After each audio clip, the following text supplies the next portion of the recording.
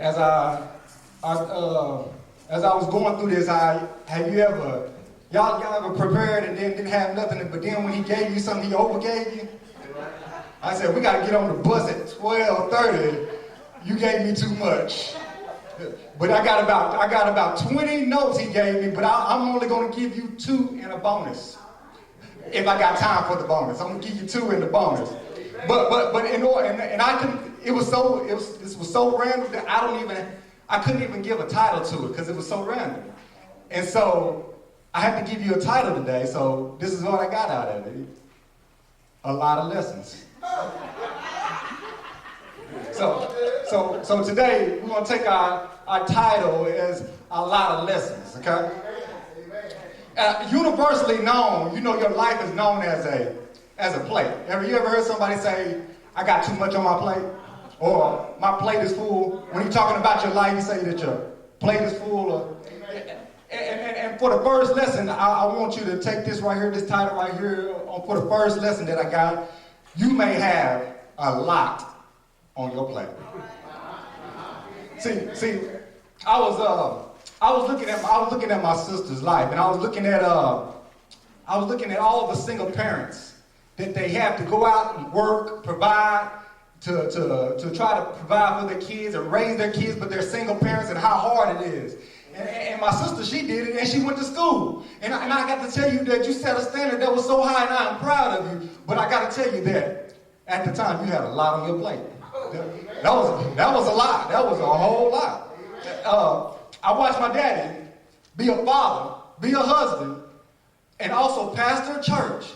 Working those rotating shifts, it ain't easy by itself, but then you do all that, and then on top of start your own business and stuff, I have to say I'm thankful, and I'm proud, and I appreciate it. But I have to tell you something. You had a lot on your plate. You had a lot on your plate. I was talking to my nephew the other day. He called me out of the blue. He said, Uncle Doug, I feel like I'm doing great for my age. I'm doing good. I'm in a good spot. He said, but I always aspire to have more. He said, but some mornings I feel like I just can't get there, and I feel so depressed. And he said, sometimes I wake up in this big old house, and he said, I just scream to the top of my lungs. He said, I just be screaming. He said, I think the neighbors might think that I'm about to get robbed or something. He said, I scream to the top of my lungs. He said, sometimes I just be so depressed. I said, well, I think that's life in general. I think life does that. I said, the thing is that you're young. You ain't got no wife and no kids. I said, me, every morning, I get up, I go into the truck, and I scream too. But at the end of the day, guess what? I get up and I got to go and do what I got to do. I said, that's life in general. Life in general is a lot. It is. When you're dealing with life, it's a lot. The thing is, I value talking to the older people. I value talking to the wisdom that you have, because if you love me, you're going to give me the wisdom that I need to make sure I don't make the same mistakes. I remember in the hospital, Uncle Junior, I asked you a question. I said, if you could do it all over again, what would you do different? You said, Doug, I value the time I spent with my grandkids right now. And he said, Doug, I know I got to provide and be a provider for my family, but if I could do it all over again, I would spend just a little bit more time with my family. What you were telling me, what I took from that was, make sure you don't put a lot on your plate. Don't overload your plate. Let's go to the word now. It says Genesis 12 and 4. It says, so Abram went as the Lord had told him, and Lot went with him. Now, that's fine. I mean, that's fine, but I had to ask the question. Why did Lot go? Because, see, it says in verse 1, it says, Lord said to Abram, go from your country, go from your people, go from your father's household to the land I will show you. And then Lot went with him. My question was, why did Lot go? Quick Bible, but then I had to really do some quick Bible study. So quick Bible study, you got to go over to Genesis 11, chapter 11, verse 27 to 28. Real quick, I'm going to go ahead and start reading right here. It says, this is the account of Terah's family line. Terah became the father of Abram, Nahor, and Haran. And Haran became the father of Lot. While his father Terah was still alive, Haran died in the Ur of Chaldeans in the land of his birth. So I was wondering why Lot went with Abram, but Abram's brother died early. And so like any good uncle would do, he don't want to see his his nephew grow up without a father figure, so he took him in and said, you know what, I don't want my daddy, who's a granddaddy, to have to raise another young man. I'm already a man, and I don't have no kids. Why not carry you with me, right? So Abram took Lot in as his own son. And so when I started thinking about it, I started to say maybe it was tradition for him to take in Lot and to raise him. And then some people, I sent out a message and I was asking some of the young ministers, what do you think? Do you think he was supposed to go? And some of them said, yeah, he was supposed to go. And then some of them said no. And they all have valid points. Both arguments. You can say he was supposed to go, then some say he wasn't supposed to go. I believe that Lot wasn't supposed to go. And you can argue it either way you want to argue, but check this out. I don't know if Lot was supposed to go. I don't know if Abram was supposed to take Lot, but this is what I do know. That Lot was a distraction. Amen. And in life, you may be dealing with a lot, and sometimes when you're dealing with a lot, it may be a distraction. When you have a lot on your plate, it could be a distraction. And like I said, I don't know, but I don't know if he was supposed to take him, but Abram did give us some pointers in here. He said, this is what you do when you have a lot on your plate. He said, this is what you do when you're dealing with a lot. It says in Genesis, you go to Genesis 13:7. Genesis 13:7. We're going to be working right around these 4 pages right here. And it says, quarreling arose between Abram's herders and Lot's. The Canaanites and the Perizzites were also living in the land at the time. So Abram said to Lot, let's not have any quarreling between you and me, since we are family, we are relatives.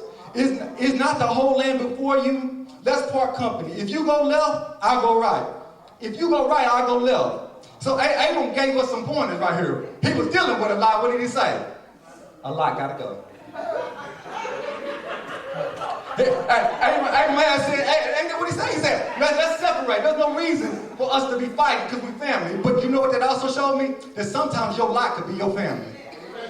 Sometimes your family is too much for you to be dealing with. There's no need of us for fighting. Let's just, you separate. Let's go our ways. In life, in general, sometimes you overload your plate. But Abram is telling you what to do when you overload your plate. A lot gotta go. And point two, real quick. Point two right here. I'm making good time today. Point 2. A lot of battles. A lot of battles. I don't know if Abram was supposed to bring Lot, but I do know this. That if he didn't bring Lot, this battle he about to fight, he wouldn't have to fight it. See, it says in Genesis 14:11, it says, the 4 kings seized all the goods of Sodom and Gomorrah and all their food, and then went away. They also carried off Abram's nephew Lot and his possessions, since he was living in Sodom.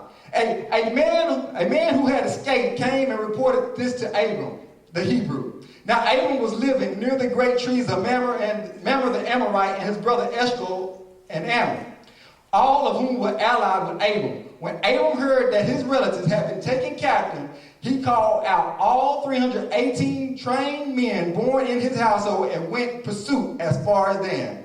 Now this is what I do know. If he didn't bring Lot, Lot wouldn't have got caught. If he didn't bring Lot, Lot wouldn't have got captured by those people. That's facts. That's facts.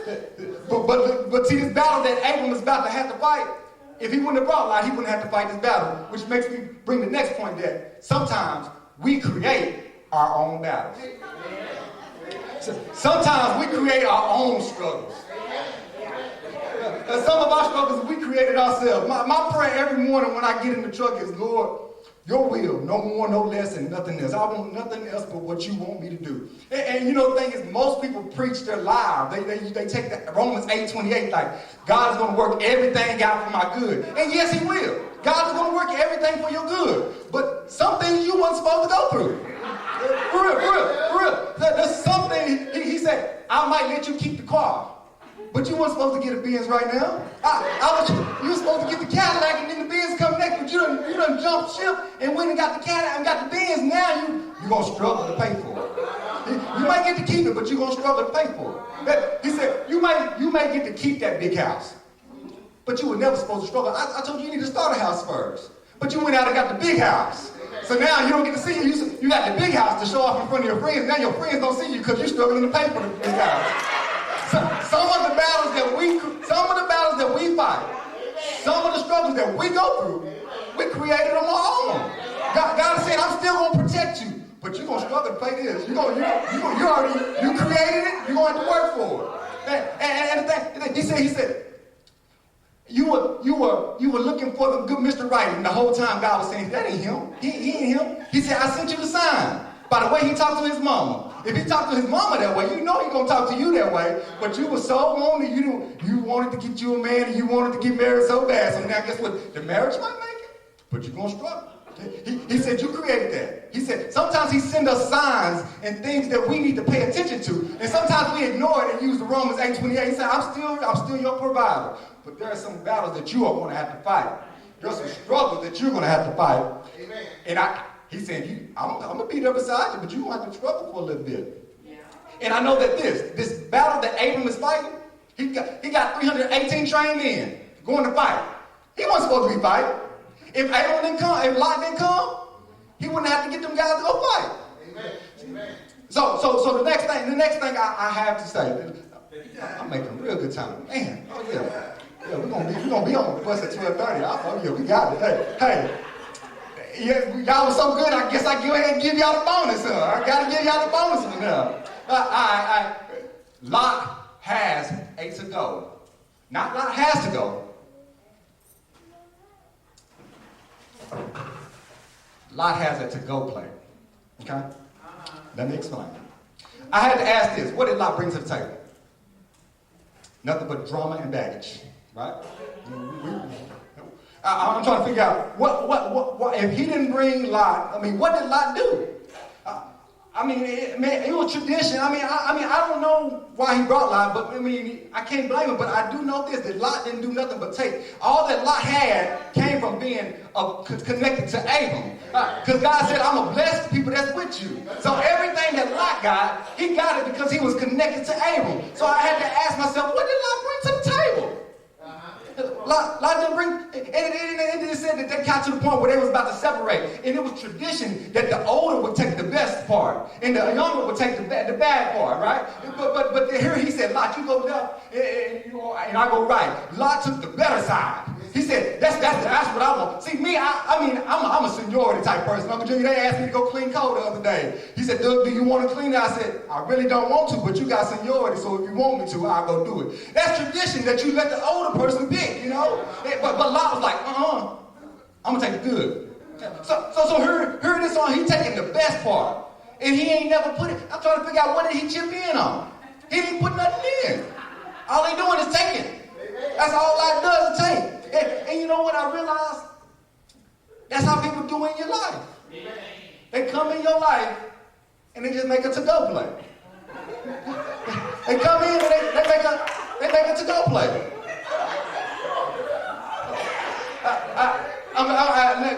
I guess we're doing so good. I guess I got time for a little story then. Story time. I remember, Uncle Junior, your Labor Day. I love going to Labor Day get together. I love it. We look forward to it every year because I love barbecue. And I love beating up on people with dominoes too. Ain't nothing like calling 10 with a rib in your hand. Ain't nothing like it.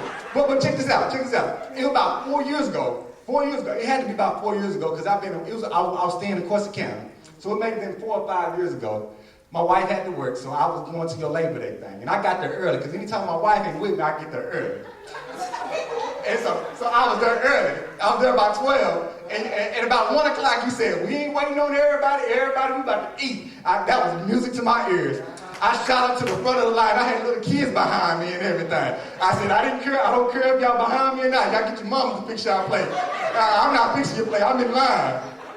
Even my kids, every man for himself. You fix your plate, I fix my plate. We good. And that day, you prayed for the meal. And then you said something that was amazing. And then you said something that hurt my feelings. He said, all right, everybody, this is the rule. He said, there's enough food for everybody. Enough food for everybody. He said, make your plate. He said, put on what you can eat. And if you want more, come back and get some more. He said, just don't waste the food. That made sense to me, because I was going, whatever I put on my plate, I'm eating. But he said, don't waste the food. He said, put on what you can eat. And whatever you do, don't waste no food. Don't just waste no food. Don't put a lot on your plate and then just waste the food. He said, just put on what you can eat. But then you said something that I've never heard. We got to take this to the get-together committee, because I've never heard somebody say this. And you said, and I don't know if you really meant, you said, no to-go plates. No to-go plates? That's what I come for. We didn't go grocery shopping this week because I was going to plan on eating meat tomorrow, rib Thursday. We gonna make this work all week. And I don't know if you meant no to-go plates and everybody had ate, but you said no to-go plates, and that had me salty. I went and ate my food, but I was sitting there thinking, no to-go plates? No to-go plates? I said, man, that's so messed up. But you know what? I thought that was rude, but guess what? Mayweather fights in May, and then he fights in September. And that later on that month, Mayweather was having a fight. And I'm an antisocial type person. I don't invite a lot of people to my house.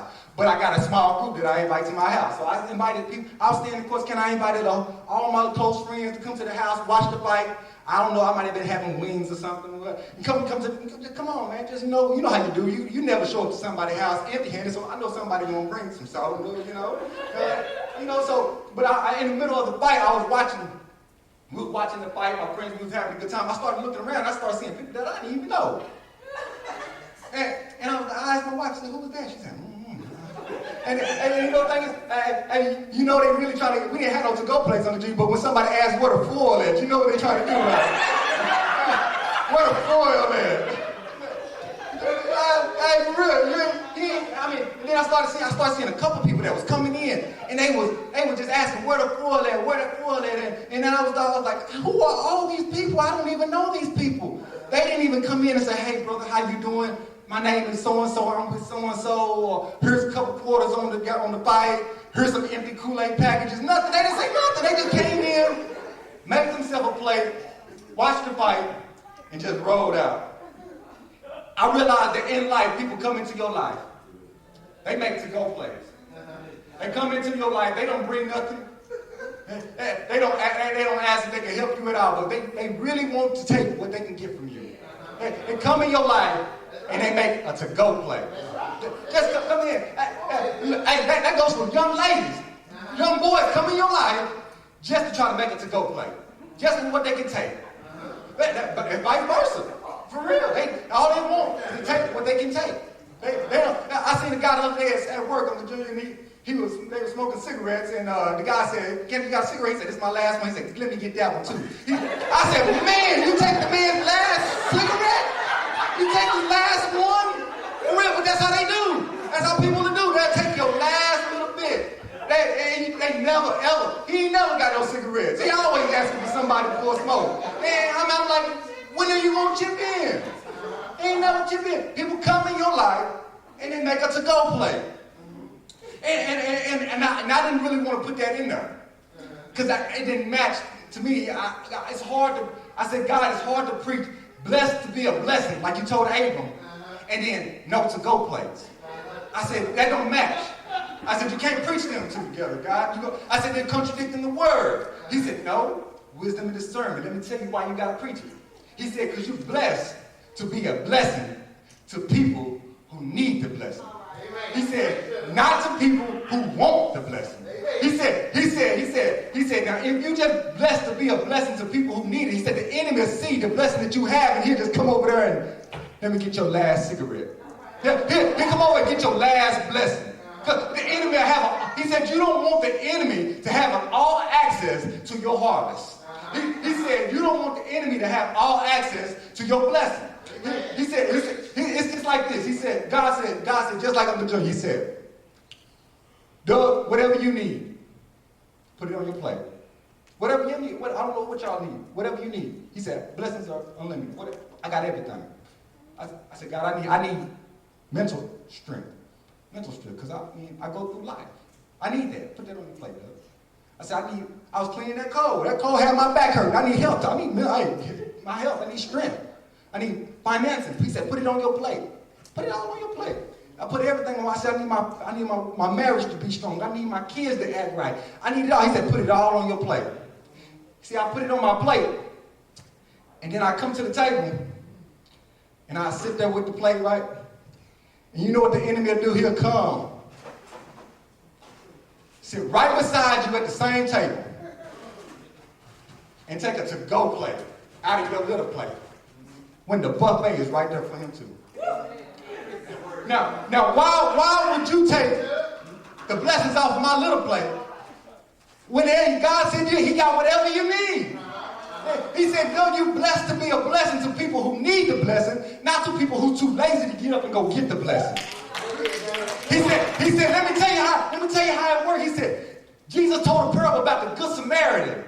The man was beaten and robbed and left for dead. People passed him, but there was a Good Samaritan that stopped there, picked him up, nursed him, took him to the inn. He paid the man. He said, let him stay here. He said, if this is not enough, when I come back, I'll tighten you up on the end, whatever he needs. That's what he said. He said he's blessing. That this guy was just giving it to everybody. He wasn't going to have it for the man who needed it. He said you're blessed to be a blessing to people who need the blessing, not to people who's too lazy to get up and go get the blessing themselves. No to-go plates. He said you can't have no to-go plates. And I look at that. Well, I'm finished now. Look at that. Hey. This is it right here. This is it. I'm finished, but he says, blessed to be a blessing. But if you put too much on your plate, you'll have battles to fight. And when you have battles to fight, some battles we create ourselves, then he said, I will protect you. But the thing is, you're right now hearing the message. Don't put too much on your plate. And if you got a lot on your plate, then you might need to let a lot go. And when he gives you a plate full of blessings, don't let everybody just walk into your life and take what God has blessed you with. That's part of being a good steward of what He's giving you. Is that good enough for y'all? That good enough for